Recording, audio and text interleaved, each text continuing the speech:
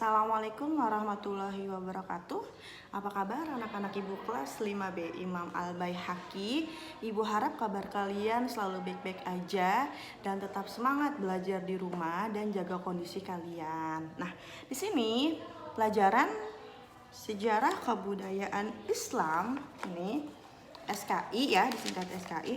Di sini sudah masuk bab 2, yaitu judulnya kesepakatan antara Nabi Muhammad SAW dengan non-muslim. Nah, jadi ini bab 2. Di sini ibu akan menjelaskan materi pada bab 2. Lanjut saja di bab 2 ini. Yang pertama A, Madinah sebelum kedatangan Islam. Jadi yang harus kalian tahu itu bahwasanya Nabi Muhammad itu waktu di Mekah setelah mendapat wahyu dari Allah di Gua Hiro, Nabi Muhammad itu menyampaikan wahyunya itu secara sembunyi-sembunyi, jadi nggak terang-terangan.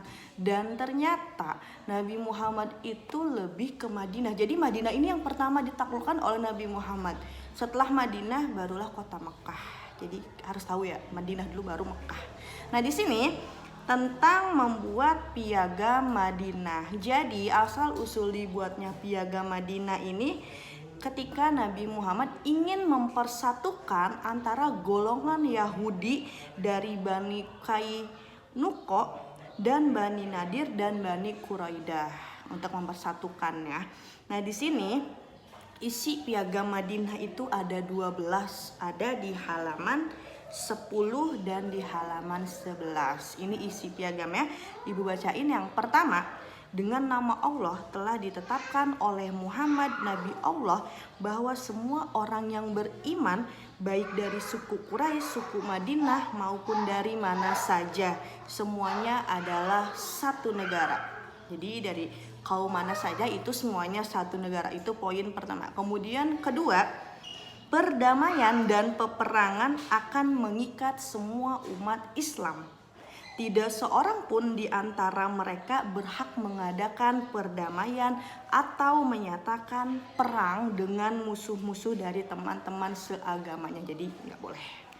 Nah, yang ketiga, orang Yahudi yang ikut serta menggabungkan diri dengan negara Islam atau masuk dalam agama Islam, maka akan dilindungi dari segala gangguan. Nah, selanjutnya yang keempat, orang-orang Yahudi ketika dia bersama umat Islam maka akan membentuk suatu bangsa campuran dan mereka akan mengamalkan agama mereka sama besarnya dengan umat Islam. Itu poin yang keempat. Yang kelima, sekutu orang Yahudi akan memperoleh keamanan dan kebebasan yang sama. Jadi sekutu Yahudi itu akan memperoleh kebebasan yang sama dengan umat Islam. Selanjutnya, sekutu orang Yahudi dan orang-orang Islam akan dihormati sebagai penyokong. Nah, yang selanjutnya, semua umat Islam yang sejatinya akan memandang rendah orang yang berbuat kejahatan tidak akan melindunginya meskipun ia adalah saudara dekatnya. Jadi nggak boleh ada orang yang merendah, jadi nggak boleh ngerendahin orang kayak gitu ya. Nah, yang ke-8, kota Madinah merupakan tempat yang suci dan aman bagi semua orang. Kota Madinah itu kota yang aman, yang tentram, aman, tentram, damai gitu ya. Yang ke-9, orang-orang Yahudi dan sekutu umat Islam tidak akan mengadakan persetujuan dengan musuh untuk melawan Islam. Nah, kemudian yang ke-10, orang yang bersalah maka akan dituntut dan dihukum. Jadi tetap yang salah itu harus dihukum. Nah, yang selanjutnya, orang Yahudi akan bergabung dengan umat Islam dalam mempertahankan kota Madinah. Nah, yang terakhir, semua perselisihan di masa yang akan datang akan diserahkan oleh Nabi Muhammad SAW. Itulah 12 isi piagam Madinah. Pada piagam Madinah ini sebenarnya sangat menguntungkan dan ini menjadi sejarah yang sangat penting dalam umat Islam. Nah, tetapi dalam piagam Madinah ini ternyata golongan Yahudi itu berkhianat. dia berkhianat, sehingga golongan Yahudi itu semacam mengadu domba antara umat Islam. Jadi setiap pergerakan umat Islam, setiap yang dilakukan aktivitas umat Islam di Madinah, kemudian perkembangan agama Islam di Madinah, itu selalu dilaporkan orang Yahudi kepada orang kafir Quraisy di Mekah. Jadi selalu dilaporkan. Nah, kemudian sampailah kepada telinga Abu Sufyan atau pemimpin panglima perang ya di kafir Quraisy. Dia ini setelah mendengar kabar tersebut dari kaum Yahudi tentang umat Islam, bagaimana di Madinah, bagaimana dia bersebarnya umat Islam secara pesat, pokoknya dibilangin semua ya.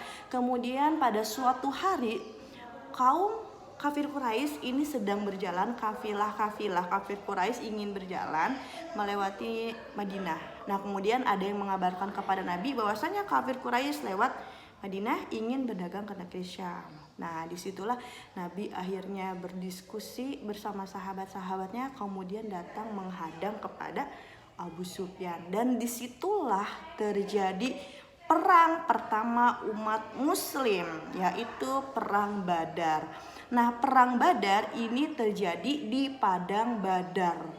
Nah, tanggalnya di buku LKS itu pada tanggal 11 Ramadan tahun kedua Hijriah. Tetapi itu salah.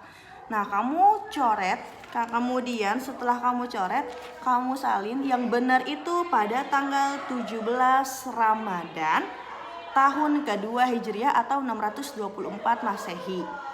Nah, kemudian jaraknya itu kurang lebih 120 km dari kota Madinah, negeri Madinah.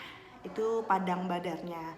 Nah, kemudian di sini itu karena perang pertama umat Muslim itu jumlahnya hanya 313 pasukan dan dipimpin langsung oleh Nabi Muhammad.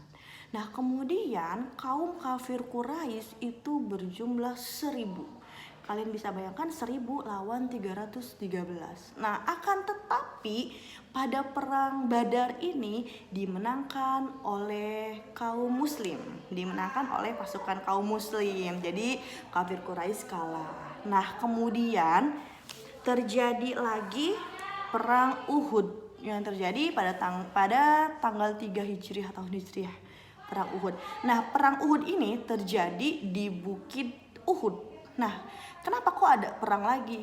Perang ini terjadi karena kaum kafir Quraisy ingin membalas dendam atas kekalahan di perang pertama, di perang Badar. Jadi kayak gitu. Nah, perang Uhud di sini yang harus kalian selalu ingat karena selalu banyak pertanyaan dari sebelum-sebelumnya apabila semester. Di sini pada perang Uhud, ingat ya, umat muslim itu mengalami kekalahan. Kenapa? Karena alasannya satu, tidak mematuhi tentang amanah dari Rasulullah atau tidak mematuhi pesan dari Nabi. Sedangkan pesan dari Nabi itu cuma satu, kepada pemanah yang ditugaskan di atas Bukit Uhud dalam keadaan apapun tidak boleh turun. Jadi dalam keadaan apapun tidak boleh turun. Akan tetapi pada perang Uhud ini orang muslim mengiranya kita sudah menang, kemudian dia turun tergoda oleh harta rampasan perang. Pas pemanah turun disitulah terjadinya antara orang muslim diserang oleh kafir Quraisy yang dipimpin oleh Khalid bin Walid. Khalid bin Walid itu masih panglima perang di kafir Quraisy, belum masuk Islam. Nah, jadi di situ orang muslim kalah umat Islam pada perang Uhud. Nah, selanjutnya setelah perang Uhud terjadi, ada lagi yang namanya perang Khandaq. Nah, Khandaq ini disebut juga sebagai perang Ahzab.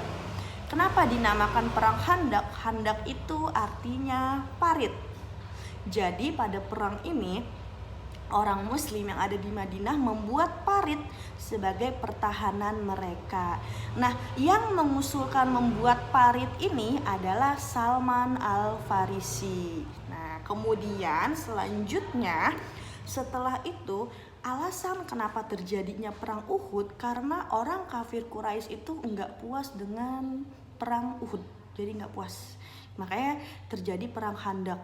alasan terjadi perang Khandaq itu karena orang kafir Quraisy tidak puas dengan hasil perang Uhud.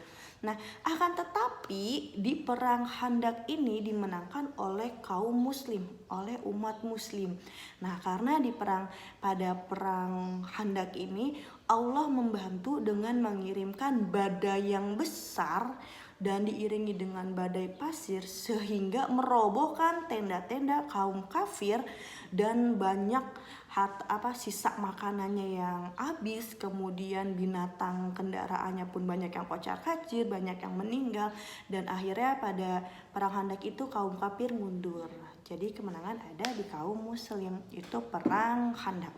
Nah, setelah terjadinya perang Khandaq, di sini di buku ada yang namanya Perjanjian Hudaybiyah. Nah, Perjanjian Hudaybiyah ini perjanjian antara orang muslim dengan orang kafir Quraisy. Nah, di sini itu jadi setelah perang Khandaq selesai, kaum umat Islam ini ingin melaksanakan ibadah haji.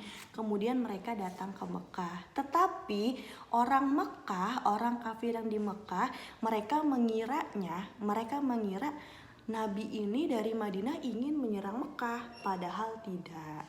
Makanya akhirnya Nabi mengirim utusan satu orang yang bernama Utsman bin Affan.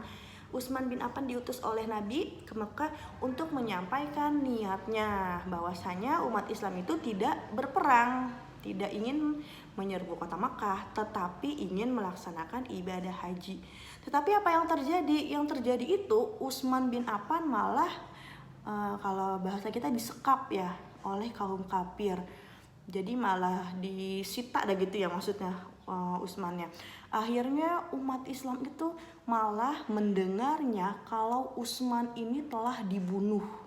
Akhirnya umat Islam itu semuanya kesal, marah, bahkan sampai sumpah janji itu, sumpah setia, janji setianya itu bahwa umat Islam itu akan membela Allah dan Nabi Muhammad. Setelah mendengar sumpah setia umat muslim, umat Islam, kafir Quraisy itu takut.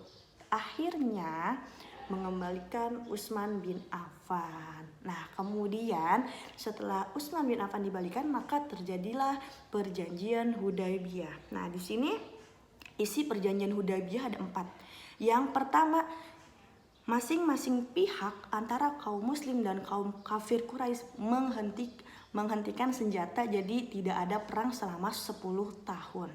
Jadi bebas, nggak ada perang selama 10 tahun. Itu yang pertama. Yang kedua, diberlakukannya kebebasan memilih untuk menjadi pengikut Nabi atau pengikut kafir. Jadi yang kedua itu bebas memilih untuk menjadi pengikut umat Nabi Muhammad, Islam atau kafir. Itu yang poin kedua. Ketiga, kaum muslim harus mengembalikan orang-orang Mekah yang menjadi pengikut Nabi. Kemudian, sedangkan kaum kafir dia tidak mengembalikan orang Madinah yang berada di Mekah.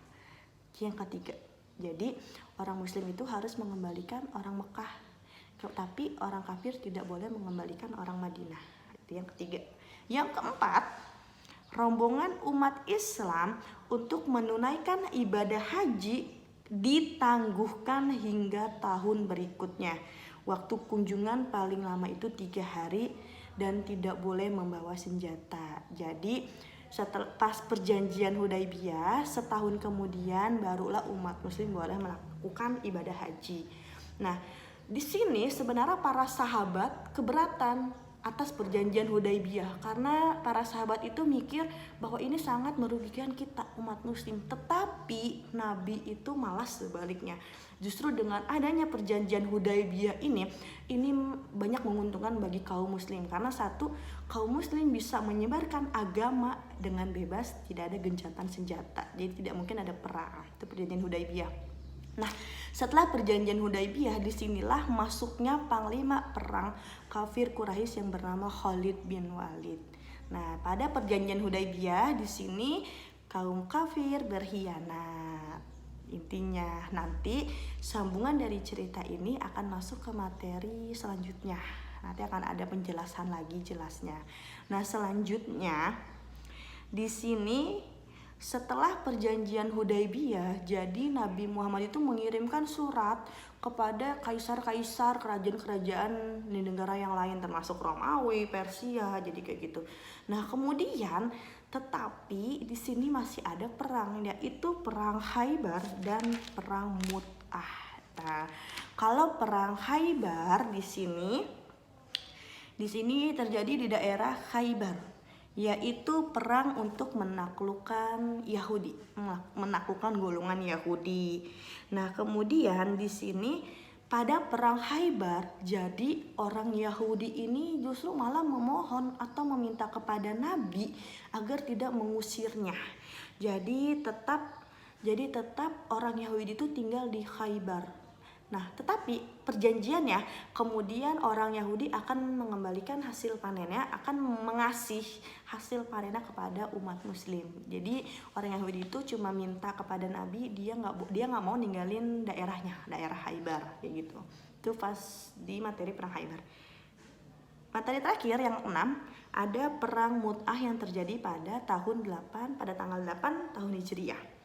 Nah, di sini terjadi karena Haris Al-Ghassani, Raja Hirah, menolak penyampaian wahyu dan ajakan Rasulullah untuk masuk Islam. Jadi ajakan Nabi ditolak oleh Raja Hirah dan kemudian terjadilah perang. Nah, di perang ini tidak ada yang menang, tidak ada yang kalah, karena pada perang Mut'ah di sini dijelaskan Khalid bin Walid itu mengambil alih komando dan kemudian menarik lagi pasukan kaum muslim untuk kembali ke Madinah. Jadi kayak gitu. Nah, kemudian jadi setelah menarik kaum muslim ke Madinah maka tidak ada lagi perang. Itulah materi tentang perang Mut'ah, dan selesai materi untuk di bab 2. Sengaja ibu jelaskan biar kalian gak baca karena ini materinya banyak. Jadi ibu jelaskan aja, dan semoga kalian paham dan tidak bosen, tidak jenuh dengar cerita ibu, karena yang namanya sejarah itu nggak sedikit, yang namanya sejarah itu banyak. Jadi cukup sekian penyampaian dari ibu, kurang lebihnya ibu mohon maaf. Wabillahi taufiq wal hidayah. Wassalamualaikum warahmatullahi wabarakatuh.